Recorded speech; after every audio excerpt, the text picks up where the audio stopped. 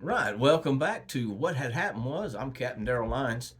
So, one of the greatest things about growing up where I did is we were 30 to 40 minutes from the beach.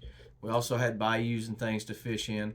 This particular summer, though, one of our greatest things we did as kids, mom and dad, we would go down to the beach. Back when you could drive on the beach down in Freeport and get down there and just be in a little area by yourself. And we'd put a loaf of bread and some hot dogs or bologna and then have our bait and fishing poles and chairs. And it's not like it was today. You didn't have the tents and all. You got out there and you got that good sunburn because you didn't put the sunblock on or whatever it may be. You didn't put your shirt back on when you were told to. And, you dealt with that for 2 or 3 days. But this particular time, Dad loved to surf fish, and we got out there chasing speckled trout. Well, he was chasing speckled trout, and I was allowed to fish with a big cane pole, a Calcutta cane pole, and that was it. Didn't get a rod and reel for surf fishing. So I got my cane pole, and I'm out there fishing with him. We catch a lot of croaker and whiting, which are great to eat, a lot of fun. This particular Saturday or Sunday, whatever it was, whatever day we were there, may have been a Monday. My mother was a beautician, so she had Mondays off. Could have been a Monday holiday. Don't really know what day it was, but just one of those memories and one of those things that happened. We were out there, and this story is called Cane Pole and Flying Fish.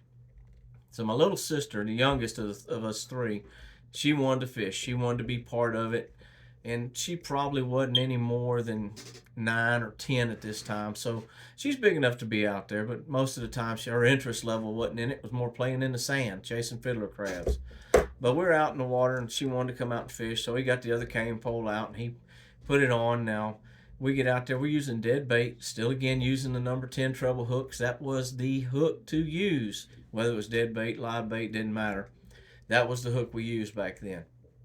So we got her out there, she's wading with us, and of course it's my job to keep up with little sister because Dad's popping cork and live shrimp, and he's chasing trout.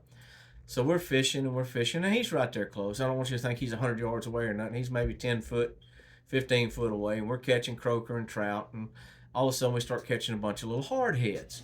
And we're playing with these things, trying to catch them and getting them off the hook. And, we're having a large time. Well, she catches her one, gets a hold of one, and she's got this thing and she's swinging it around. And, we're hollering at her to put it down. About that time, she kind of flips it up like this and jerks her rod back down. And when she does, she's got a big loop, and that hard head literally stuck her right in the top of her forehead. Bang!